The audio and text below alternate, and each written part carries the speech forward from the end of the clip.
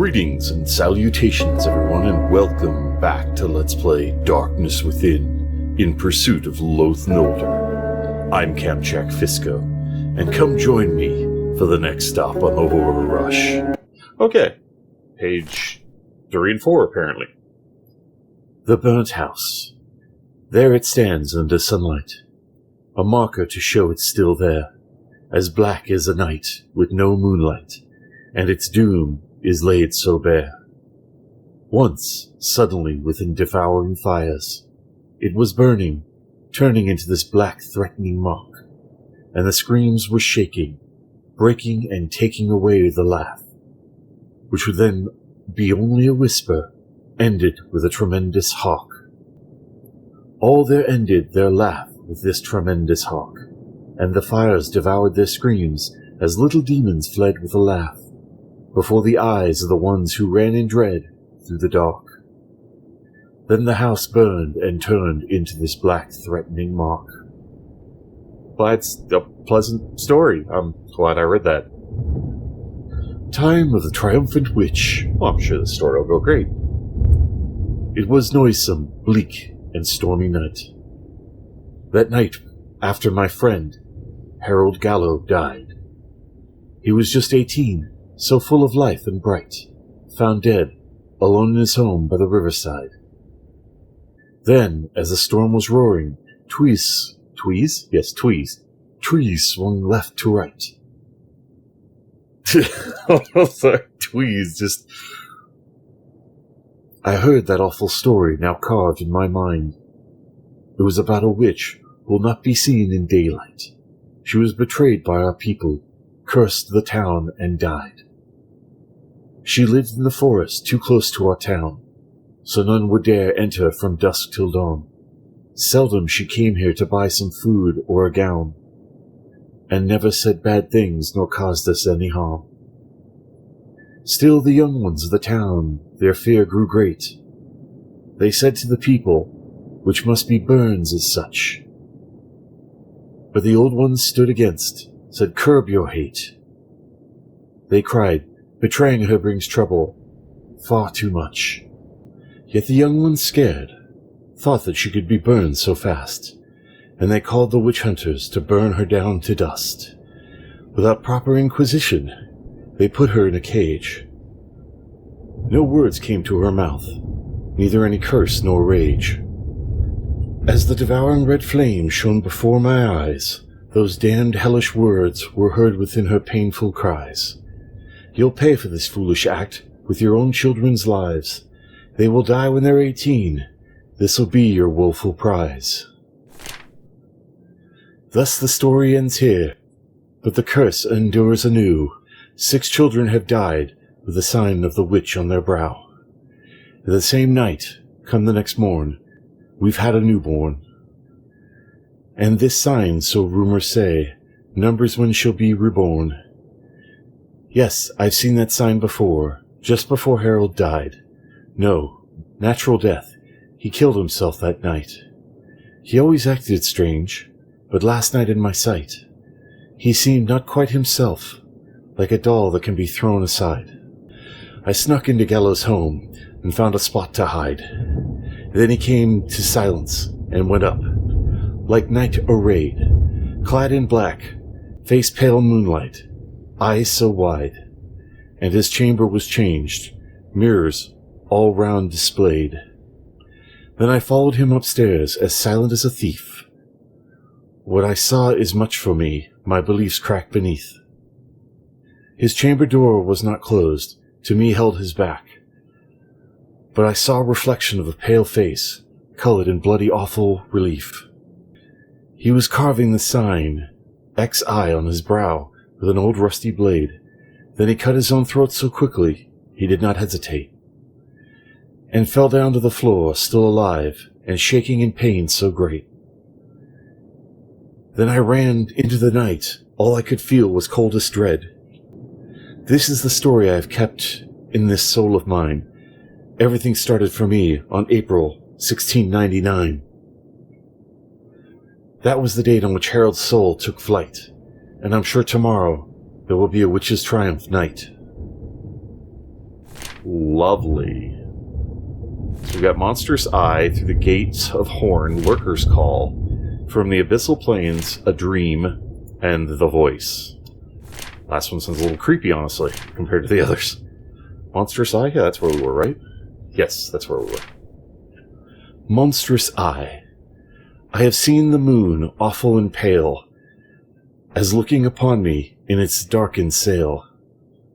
No blinks, no closing, just stared too hot, like the eye of a monstrous god. Winds shouted, and mocking stars were wiped, but the pale monstrous eye has never stopped.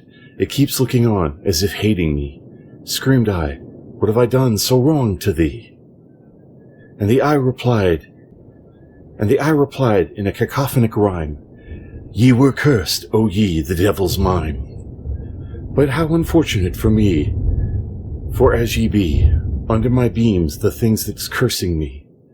How dare you own the sun's own beams? Without them you're not, I'll pass ye by. Don't look upon me, ye monstrous eye, 'cause when the sun comes, you'll disappear like dreams.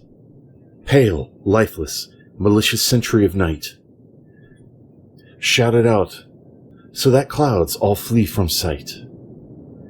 And the raging winds suddenly died out to hear what the unblinking eye will say to make me fear. But it has done nothing yet, still staring at me, like it was saying, damn thing, I do curse thee. From now on, they'll always feel my enmity, till the clouds will be thine only ease to eternity. And every night it keeps looking, staring at me, monstrous I perceive, I too am just like thee. Only the damned ones can safely walk under thine damned beams till the sun comes out to hinder. Okay. Through the gate of the horn. Every night when I lose my fight against Lord Hypnos, Icelus sends his curse to me, a fright, my diadem of horns, which makes shadows move and floating things arise from their mossy basalt graves to dispel the peace of all lights. Lurker's Call. I have seen them all through insanity's omnipresent soul, as burning, turning, and blasphemously churning, smiling, mocking, and heinously laughing, while carrying winds did haul, aside to everlasting ethereal spheres, dim, bleak, and heretically foul. Now, from a distance seems infinitely tall, sinisterly lurk, wait, and in silence they crawl, and from the lightless, strangely carved basaltic hall, insistently they bawl, howl, and call. From the abyssal plains, oh, the depthlessly sunken thing, a shady haze of unknown leak, of thoughts and dreams, and the utmost beak, hiss the things, that I dare not speak, within the city that numbly sleeps. The dreadful dead dreamer rests, and yet it persistently weaves and calls through the unknown seas that are beneath the folds. A dream. Beyond the clouds of consciousness, I dream a purple haze. From windy heights down to my poorly self, it leaks into the maze of my soul, my burden, too heavy now to lift, my binding dreary lace, and strikes me, shrieks, hisses, but yet tenderly kisses me, in my cursed state of daze. A haze, so bright, and brighter yet than the sun's ever-burning face, yet cold, calm and so softly falling, as the blue light of the moon that sets, my demon, my soul, now an ill-shaded wraith, once my brightly glowing grace, now I look, quietly with a mourning face, and as if I'm drifting, towards death I pace. These are very dark stories. I mean, they're actually cool. I mean, it reminds me of, like, Edgar Allan Poe, H.P. Lovecraft. But, yeah, dark. The voice. I hear a voice, or a deep, gentle noise, that fills wicked lies with might. Within stone bed, the numbly dead can stay away from the light. It was a phrase that was told in days of olden shadowed times. In dormant state, said the dead can rise. Said the dead can wait for the time he is to rise. That sounds like Cthulhu. Okay, so we read that book. I'm actually going to go back and answer the call, because how the hell do I back out? Oh, right, the bottom. Duh. I knew that. Alright, so let's close that. Can I open the rest of these? No, just the first one. Alright, so I'm going to go back, and we're going to play up to that point, because I think I saved, like, right in the beginning. So, give me 1 sec, I'll be right back. Alright, so we're back here again, so I'm going to answer the phone first.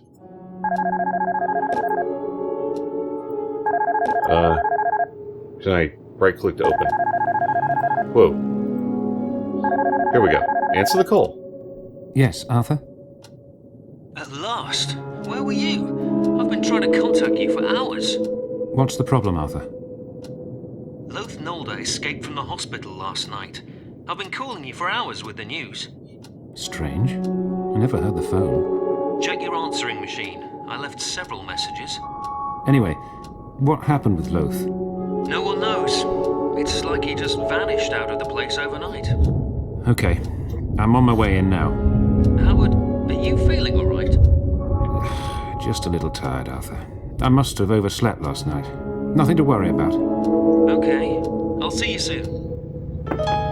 Wait a minute. In pursuit of Loth Nolder, we checked the answering machine when we didn't answer the phone, and it wasn't ringing. Okay, hold on, I'm going to do everything we'd already done. Okay, what? There's no messages. No new messages. That's odd. Didn't Arthur say he left messages for me? Better call and ask him about this. Something's not right. Yeah, no shit. Oh, right, I didn't look at the paintings throughout the room. Let me do that really quick. Day 1, the beginning, November 5th, 2011. Oops, didn't mean to do that twice. Yeah, I can't click on any part of the painting. I was actually curious about that, because I was able to, like, totally zoom in. Alright, let's look at the clock. Not sure what the significance of looking at the clock is. Let me look at the dream catcher here.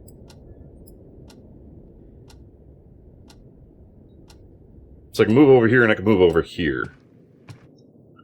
Oh, hello. Nightmare. Just an adhesive drip.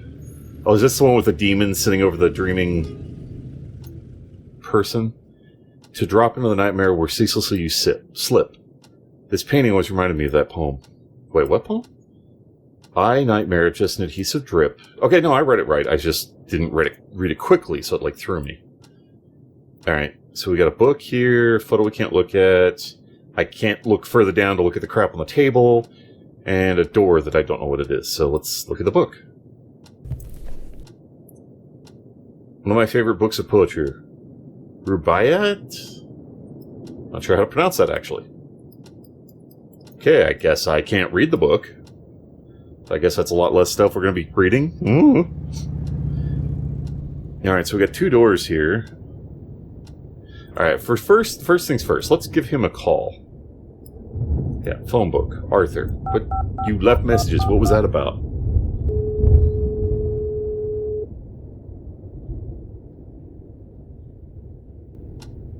Yes, Howard? Arthur, it's me again. Sorry, I think I might have missed a few things earlier. Okay, Howard. What do you want to know? You called me, so why didn't you leave messages on the machine? So why didn't you leave a message on the machine? What do you mean?